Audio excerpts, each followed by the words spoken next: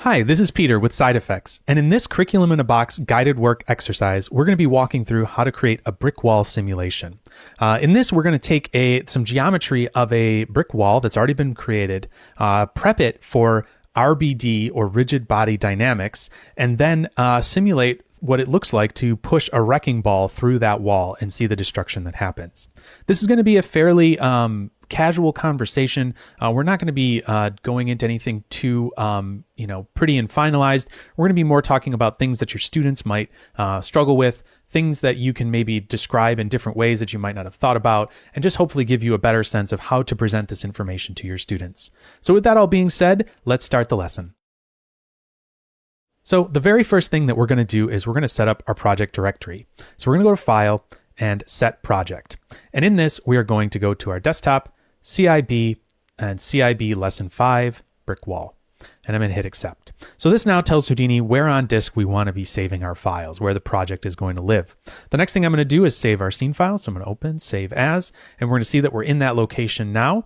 And I am going to click on Brick Wall Final here and just change this to say live, our live demo.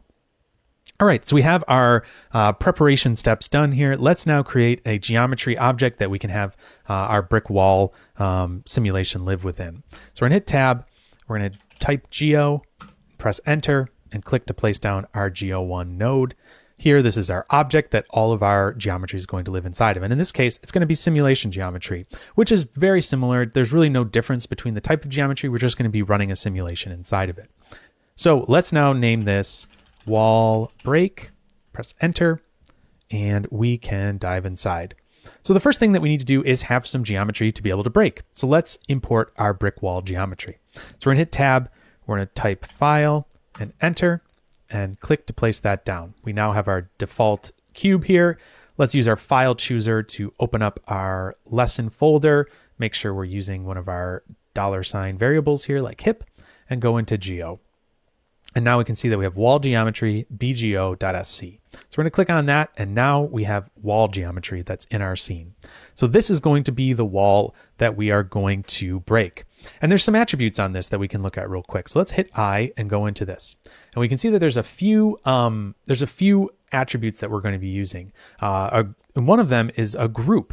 A group is just a subset of the geometry that's basically saved on as an attribute, basically, or a special type of attribute called a group that's going to define which pieces belong to that group, right? So in this case, we have pinned bricks. And if we turn that on, we can see that we have these groups that exist. And those bricks are going to be pinned in place, and they're not going to be able to move, so that when we hit this wall with the big wrecking ball, those pieces aren't going to go flying with the rest of the wall, and they're going to stay as if they're kind of the part of the rest of the building, right? So we can turn that off now that we've seen what that is. And we want to bring that, we want to promote that group up to a primitive attribute, or sorry, a primitive group. So let's close this, and we'll come down here and we'll click on this dot, the output dot here, hit Tab and type group promote. And we'll wire that in. So this is an important node, and promotion is a really important thing to kind of know how to do in Houdini. If you have something at the point level and want to move it to a primitive attribute or a group, if you want to take something from a primitive and change that down to a point, you can move things around this way. So what we're going to do is we're going to just use convert from auto to primitives. We want to change this to a primitive. And the group name that we're going to be looking at is the pinned bricks. So now as we do this, we can see that we are now taking this pinned bricks, going from a point group and moving it over to a primitive group. And we can see that by going back into our I here, and we can see now we have a primitive group, pinned bricks, and that's being visualized there. So that is what we have set. Now we have those pinned bricks that we can use in our simulation. The other thing we want to do is we want to set up all of our bricks as one group as well. This is just a good practice to be in for simulation, naming different things, putting them in groups so that you can manipulate things differently and separately within your simulation. So let's click on the output, type group, press Enter. And now we have a group that's going to be selecting everything, and we need to name this. So let's change the group name here to bricks. So now we have our bricks group. We can look at this using the eye. We can see we have all of our bricks in one group. We also have our pinned bricks. And so now what we need to do is create names for each of these bricks so that they have unique names. So this is an important thing for the simulation so that it knows how to index each and every one of these individual elements so that it's not confusing one for another and throwing errors and things like that. So we're going to use a node called assemble to make this. So we're going to click on the output of our group that we just created, and we're going to hit tab and type assemble and press enter. And now we have this assemble node added. What we're going to do is we're going to change the output prefix name from piece to brick underscore. And that is going to give us names for each and every one of our pieces. So let's look at our geometry spreadsheet and we can see what we're working with here. So now we are looking at our assemble node. We make sure we have that selected, and let's come over to our primitive button here. We can now see that we have our groups set up. We have our bricks group and our pinned bricks groups. Some of these are in both of them. And we can see that they have, all of our primitives have different names. And we have brick 0, 1, 2, 3, and so forth. So that is how we name each of those individual bricks now. So if we come back over to our scene view, we can see that we have exactly what we need now to start up this simulation. This has now been set up properly, and we're going to make one bit of geometry that's going to help be like a helper geometry, what we call a proxy geometry for the simulation. So let's create that also. So let's click on the output here, and we're going to hit tab and type remesh and press enter. Now, a lot of our tools will automatically create this proxy geometry, but I want to explicitly create it because in simulating this, I noticed that there were some, that it struggled a little bit when we had so few polygons in each and every one of the bricks. It wanted a little bit more polygonal geometry so it could calculate better the collision points and when things were sitting flat on the ground. And it stops it from inducing some extra forces that shouldn't exist in the simulation. So let's now go and adjust some parameters here. So we want to make sure that all of these edges that we have originally are hard edges so that we're not smoothing them out. So if we go to hard edges group and put a star in here, that'll tell Houdini to have all of these edges as hard edges. So whenever it sees one of these original edges, don't try to adjust it and smooth things out when we're remeshing it. The other thing we're going to do is we're going to change our target size. We're going to adjust that down to 0.1. And let's move our display flag down here to our remesh so we can see exactly what's going on here. So if we looked at our hard edges and we took that out, we can see that this is causing some issues here. Obviously, it's making a lot of a mess, basically. So let's make sure that that star is back in there.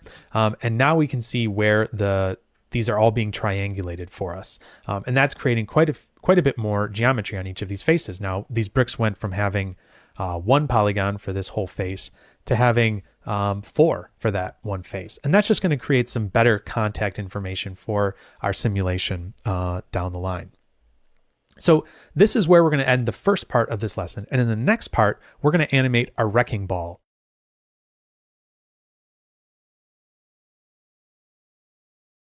All right, so we want to add a wrecking ball to this scene. And a wrecking ball is just a sphere. So we're going to add that first. So we're going to come over here and hit tab and type in sphere.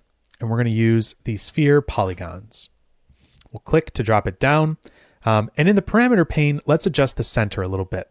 Let's change the center. Well, first of all, let's visualize it so we can see where it is. And let's change the center to be 0, 1, 0, like that. And what I'm also going to do is just use this template so we can see where the brick wall is. That'll just give us a good sense of where our bricks are. So here's our sphere. That's about where it's going to contact into the wall. So that's looking good to me. So let's now add a group so that we know that this is so that the simulation will know that this is the sphere if we want, or this is our wrecking ball if we want to reference that. So let's click the output dot, add a group, press enter, and let's change the group name to wrecking ball, like so. All right. So now we have our wrecking ball. Let's also add a name for this. So we'll add a name, type name there. We'll add that in. And this is going to just add an attribute, a name attribute to this geometry, to all the polygons on it. This is a very simple way of doing it. And here we're going to also name it wrecking ball. So now we can see that in our geometry spreadsheet for this geometry, we can see that we have our name here and we have the name Wrecking Ball in all of them, and they're also all in the group Wrecking Ball. So now anytime we use this in our simulation, we can reference this object by the name Wrecking Ball or by the group Wrecking Ball. So we know what it's going to be. So let's now animate this. So in order to animate it, we're going to use a transform node. So we're going to click on the output dot here, hit tab, type trans, and enter. And now we have a transform node. And I'm just going to select all of these, hold down A, and drag upwards to just kind of snap them all into a line. Just organize them a little bit better. Okay, so we have this transform one node here. And this is what we're going to use to do our animation. So let's first change our pivot transform. And to be able to visualize the pivot, let's hit enter over our scene view. And we can see now here is our pivot. Our pivot starts out at the origin. So let's change where our pivot is going to be going from. So let's pivot translate to 5. Let's move that. So now you can see that the pivot is way, way, way up here.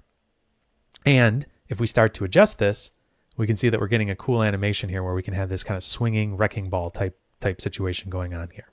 So this is a nice little way to animate very easily, where we can have this swinging motion and animate it from one point. So we just changed that pivot translation. It goes way up here, and now we have something a bit more interesting that we can translate. And as we grab this red X axis to move it back and forth, we can see the value that's changing here. It's the X of our rotate. So if we set that to 0, that'll be right back in its original position. So that's going to be the parameter that we're going to keyframe.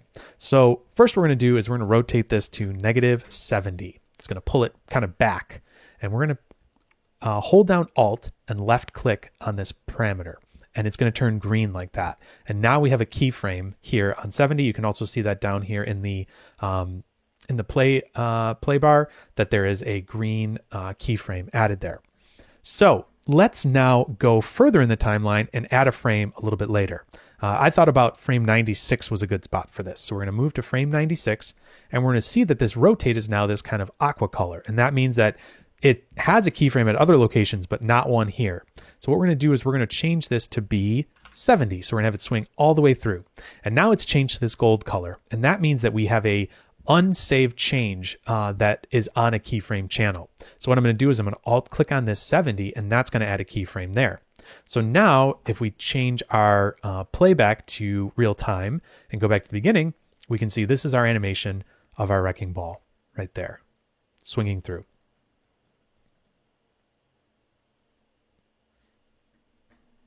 So this is going to be where we end this part of the lesson. And in the next part, we're going to prepare our bricks for the simulation.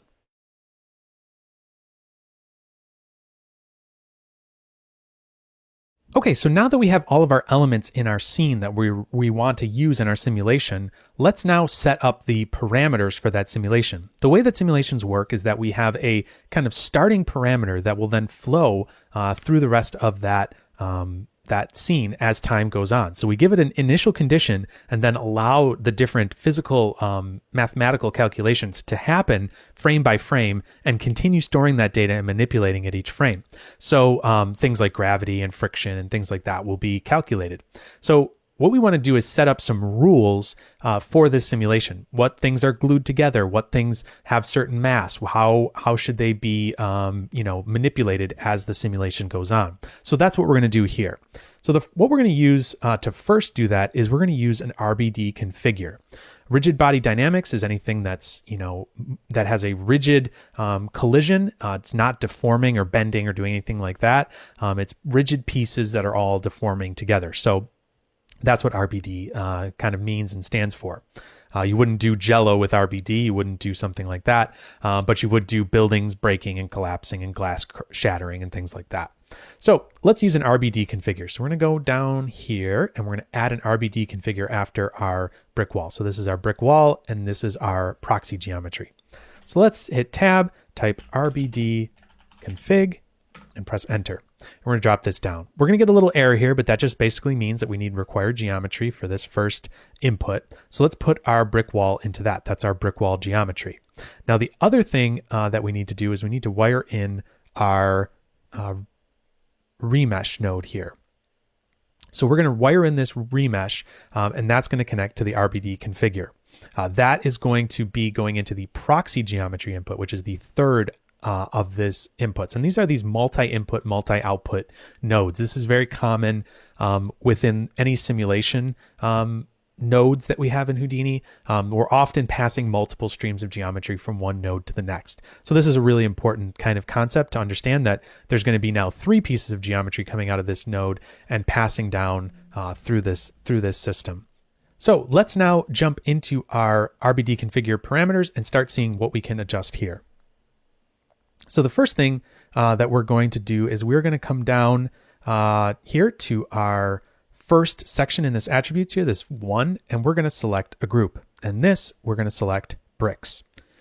This is going to be our brick wall. This is all of the bricks in our brick wall. And what we want to do is we want to have these all in a state called sleeping before the simulation starts. That just basically means don't be doing anything until a collision or something else outside acts upon it and wakes those particles up and makes them start to move. So we're going to check this box sleeping, and we're going to adjust this to 1. Now you can see that this is either an on or an off. It's just a basically a 1 or a 0, a true or false. So we're going to say yes, they're sleeping, true, give it a value of 1. The next thing we're going to do is we're going to scroll down to the physical attributes section here. So let's scroll down a little bit and find the physical attributes section. And here we are going to change the parameters of this. So right now it's a type of concrete and it's just default. And what we're going to do is we're actually going to change it to brick.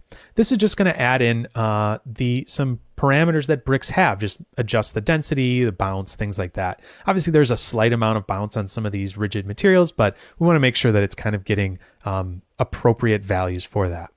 So the next thing that we're going to want to do is we are going to want to go up and add in another section of attributes. So we're going to click this little plus button here. It's going to add in number 2, and we're going to now select pinned bricks. So this is going to be our pinned bricks section. And so these bricks are going to have a special attribute as well. We're going to also set these to be bricks, obviously, so they have the same physical attributes, but we're going to set this pin constraint right here. And that's going to mean that these are going to always stay in exactly the same place. They're never going to be moving throughout the length of the simulation. So now we have some of these basic properties set up on our bricks, and we can take a look at the geometry spreadsheet and see exactly what's going on here. We have our geometry here. We also have multiple geometries that we can look at. We can look at our constraint geometry, which is going to be how these bricks are kind of stuck together and glued in place. You can see that there's some geometry in here. We also have some constraint names like glue pin and things like that. Feel free to show your students that there's other pieces of geometry being created. Here's the proxy geometry.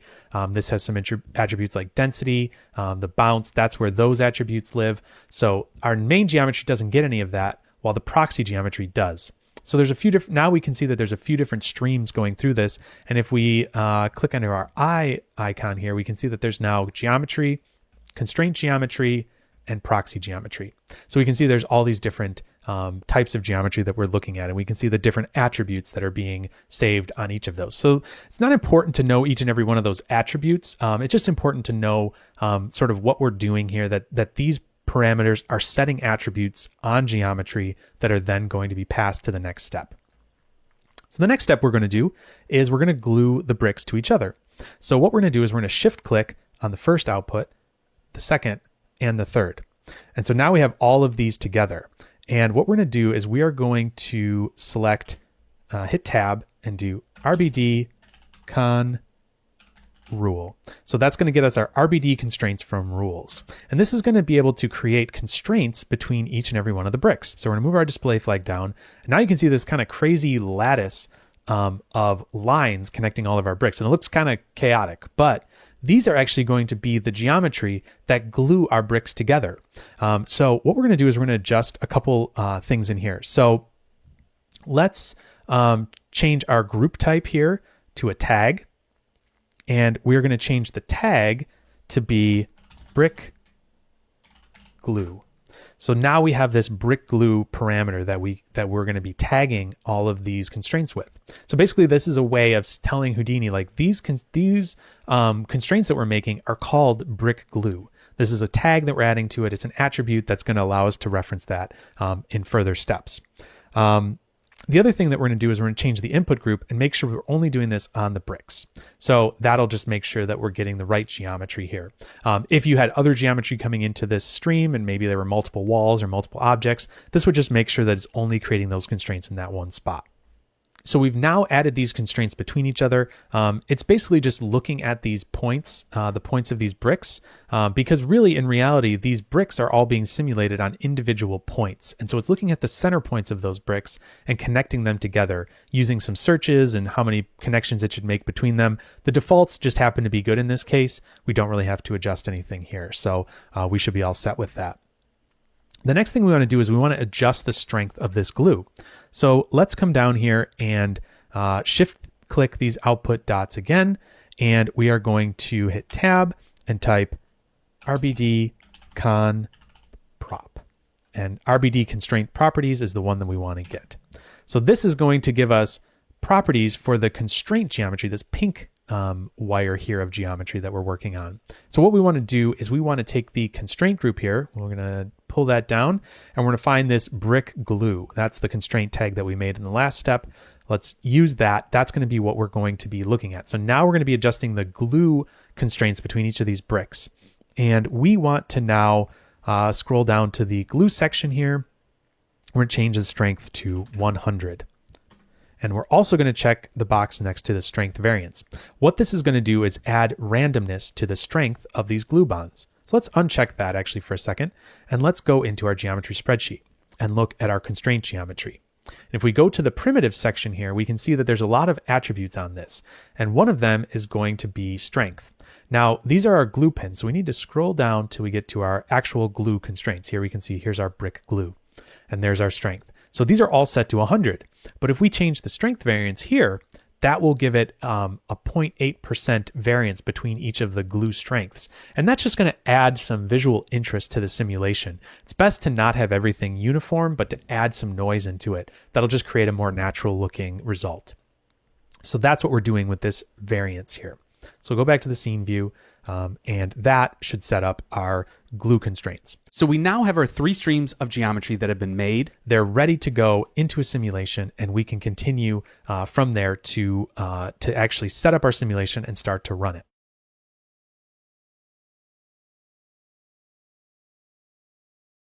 Okay, so for this last step of our project, we are going to add the RBD bullet solver. This is where the main bulk of our calculation is going to happen.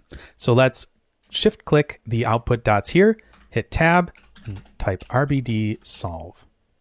We can put that down and move our display flag down here. So now we have our bullet solver in the scene. Now make sure that you have this on frame 1 and not frame 192, because it's going to try to calculate if you have that frame further along in your timeline.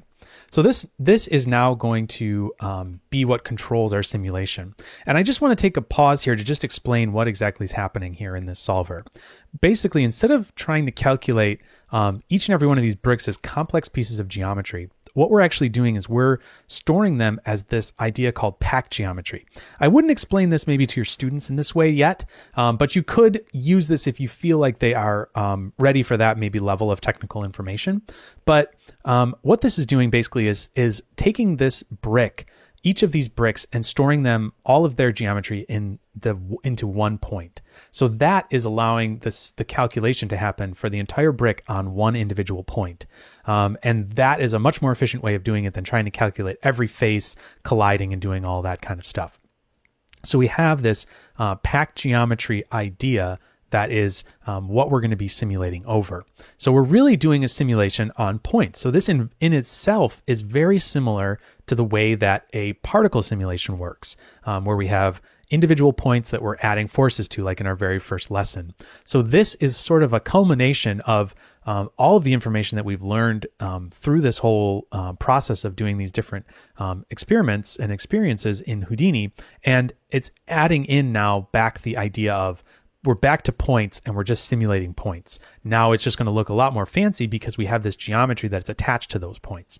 So that's the general idea of what's going on with RBD. So if you're if your students are asking, wait, how does this work? What's some of the technology behind it? That's some information that you can use to give them. And I've also, there's some additional materials that I've added in the lesson plan that you can look at and kind of reference for maybe some more information on how packed geometry works and RBD and things like that. So from here, we have our solver, and we want to adjust a few things here. The first thing I'm going to do is adjust the substeps. And what this means is how many times per frame the solver calculates. So now we're going to do 20 calculations per frame to make sure that there's not collisions happening or things aren't bouncing off the ground, things like that. That just adds to the quality of the simulation and just takes out any maybe random noise that we might encounter. This is a pretty low substep number. Bullet doesn't really worry about too much about adding a few substeps like that, and it'll still be pretty performative.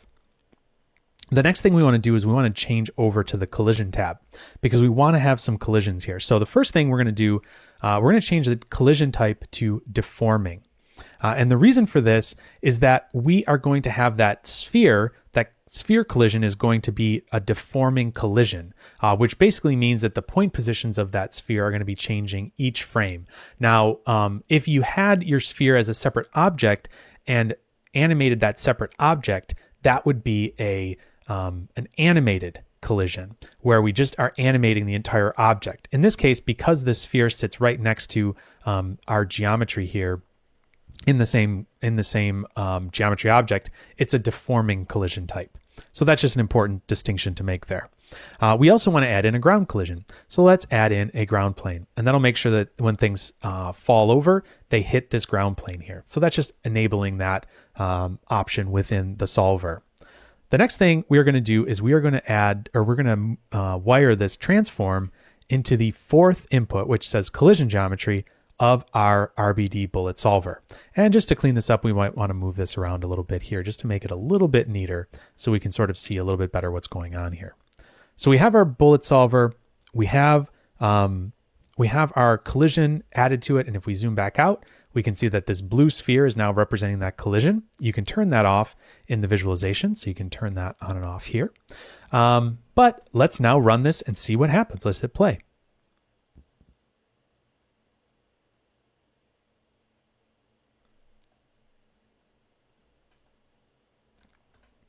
And to reiterate, as this plays through, you'll see this blue bar kind of moving along at the bottom there.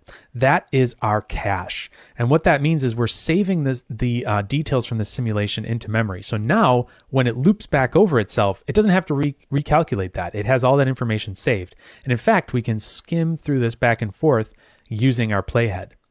So one more thing you might want to think about now that we have this simulation working is if you go back to your RBD constraint properties, you can adjust the strength of this glue. So we could adjust this down to something really low like 20. And if we simulate this, we're going to get a much different result because the bonds between those individual glue pieces are going to be much less. And you're going to see way more of this wall kind of fall over and topple, right? So this drastically changes the way that this simulation is going to work. Now, on the other hand, you could also make it stronger. So we could make it up to 200. And we could see the way that this now is going to interact with those bricks there. And it's going to just kind of punch a hole, and those will just sort of stay where they are. There's not really going to be a lot more happening there. The reasoning for that is that the bonds that are connecting those bricks together, if they have a stronger strength, less of that force is going to be translated to the further bricks in past where that original collision happened. And therefore, we're going to have less extraneous bricks kind of breaking and falling apart. So that is going to conclude this lesson on how to do a simple simulation of a brick wall. Thanks so much for joining us, and I really hope that this gives your students a better idea for how simulations work in Houdini and how they can do some really amazing stuff with honestly not too much preparation and setup. Thanks so much for watching, and hope to see you in the next one.